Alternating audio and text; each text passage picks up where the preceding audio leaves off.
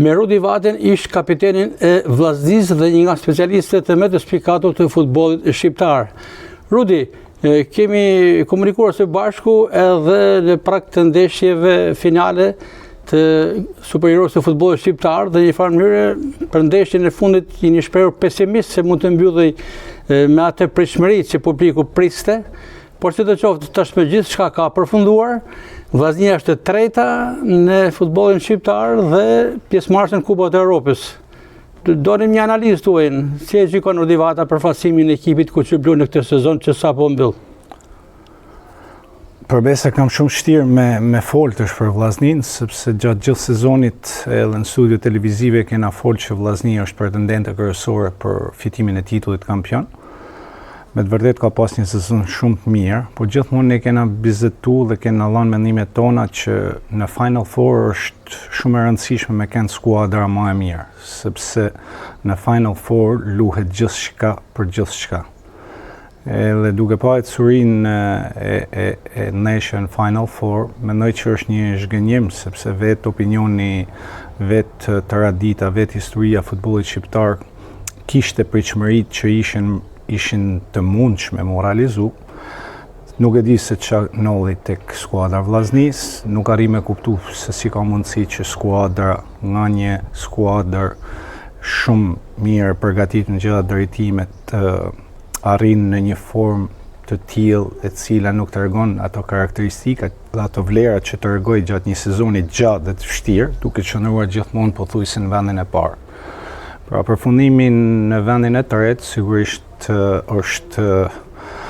është një dhimbje për tifozat, sigurisht është një zhgënjim për njerëzit, dhe sigurisht që edhe për vetë stafin drejtues edhe për vetë futbollistat, presidentin, mendoj që janë të zhgënjym dhe nuk kanë arritur me shfrytëzu momentin e tyre për arsye të ndryshme të cilat munden me analizu dhe me shpjegu vetë aktorët, sepse diçka nuk ka shku në rregull përderisa Vllaznia në Final Four i humb 3 neshjet më të rëndësishme, pra pse 3 humje. Kjo është gënjyse, është e dhimbshme dhe të jep një lloj njësie që normalisht si ka mundësi që skuadra mos me kenë e grupume, mos me kenë e mirë organizume, mos me luftu deri në atë pikë sa që me afru titullin, sepse çdo gjë ka kenë në favorin e saj, pra shumicën e situatave Vllaznia ka kenë dominante,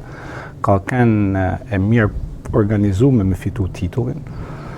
Në një kohë që Egnatia mendoj duke pa neshjet direkte dhe formën e saj, u tregu shumë cinike dhe arriti me fitu titullin e tresht në një kampionat me plot dyshime. Rudi, kjo ishte analiza për sezonin e kaluar që tashmë është lënë pas, por Vllaznia ka nisur përgatitjet në formatimin e skuadrës dhe shumë shpejt do të jetë në fushë për të përgatitur për Kupat e Evropës dhe sezonin e ri futbollistik. Ka lëvizje në merkaton e Vllaznisë, konfirmime titullarës së stafit, por edhe merkaton siç është edhe blerja më e fundit të Bardhi nga Avora. Normalisht nuk ka kohë, sigurisht që Vllaznia duhet me kenë të shtje fokusume tek Evropa, sepse Evropa vjen shumë shpejt edhe Liga e Konferencës ka me kenë shumë e rëndësishme për Vllaznin, sepse nga aty pastaj ndërtohet edhe baza e buxhetit financiar për sezonin e ardhshëm. Sigurisht që ka pas largimet sigurisht janë analizu arsyet pse janë larguar ato futbollistat, cilë ndoshta s'kan dhënë maksimumin e tyre ose kanë kenë në nivelin e pritshmërive të stafit drejtues. Kanë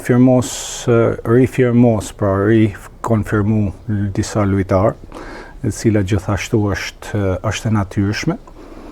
Është afruar një djalë si Patrik Bardhi, nuk kam informacione me ditë se çfarë vlera ka si futbollist, por ai me siguri është analizu dhe është konfirmu se mundet me punu me udhëheq Vllaznin drejt prap titullit kampion, i cili mendoj që do të jetë përsëri objektivi kryesor i Vllaznisë. Dhe me këto lëvizje si shikon sezonin e ardhshëm Vllaznin, por sidomos edhe Kupat e Evropës që janë shumë shpejt? Është herët me folë, sepse në Kupat e Evropës duhet me marrë maksimumin, jo vetëm në aspektin sportiv, por edhe në aspektin sepse aty, siç e thash, aty krijohet edhe ideja se çfarë buxheti do të ketë Vllaznia për nga të ardhurën e në Evropë. Vllaznia do të jetë në gjendje me ndërtu një skuadër në bazë buxhetit që ajo do të ketë në dispozicion. Në Shqipëri sigurisht që buxhetet janë gjithmonë të disbalancume, nuk janë të mirë organizume dhe shpesh herë duke mos pas kapacitetet e buxhetit mjaftueshëm, sigurisht që nollin edhe lëkundje të ndryshme gjatë sezonit.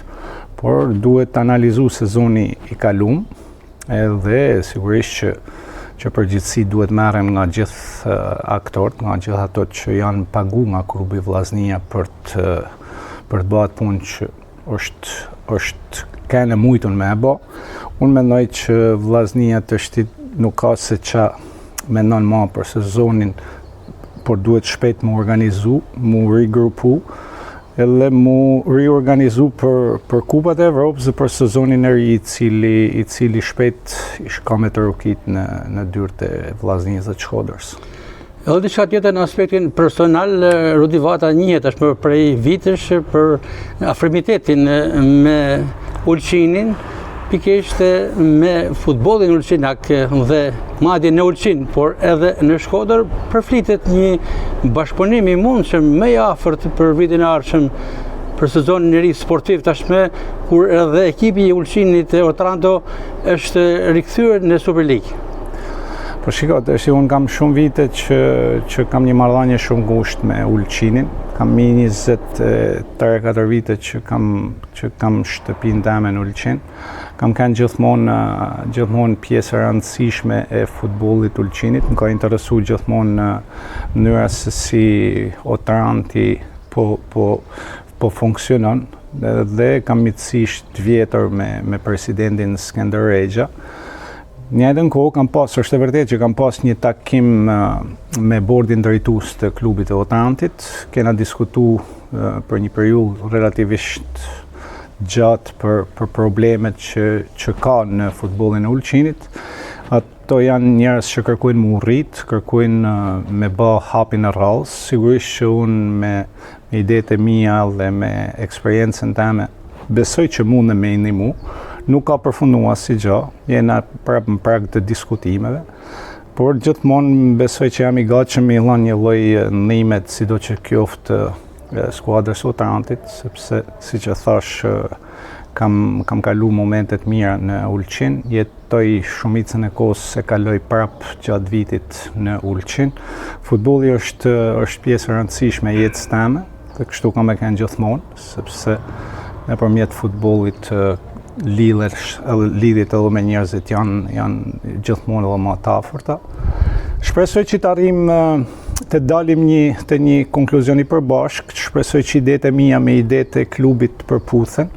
Sigurisht që ka nevojë Ulqini me bë një hap revolucionar, ka nevojë me ndërtu një mentalitet ndryshe, ka nevojë me ndërtu një projekt teknik i cili shërben qoftë afat shkurt ose afat gjatë për klubin, për të ardhmen e klubit. Por në njëjtën kohë prapë jena në të situatën e diskutimeve dhe analizimeve të situatave. Unë mendoj që e para punë që duhet me bë është që trajneri i Ulqinit të rikonfirmohet dhe të binë dakord se kush do të jetë timonjeri i skuadrës për sezonin e ardhshëm. Dhe nëse timonjeri pra është njeriu që i përshtatet ideve dhe kulturës qytetit dhe idesë të klubit sidomos për me promovu talentet e reja që lindin dhe rriten në Ulqin, kjo është shumë e rëndësishme mendoj unë. Atëherë besoj që Ulqini ka për të fillu një epokë të re, me një mentalitet të ri, me një kulturë pune të re për me arrit rezultatet që të gjithë i dëshirojnë. Vata, falenderit. Falenderit juve.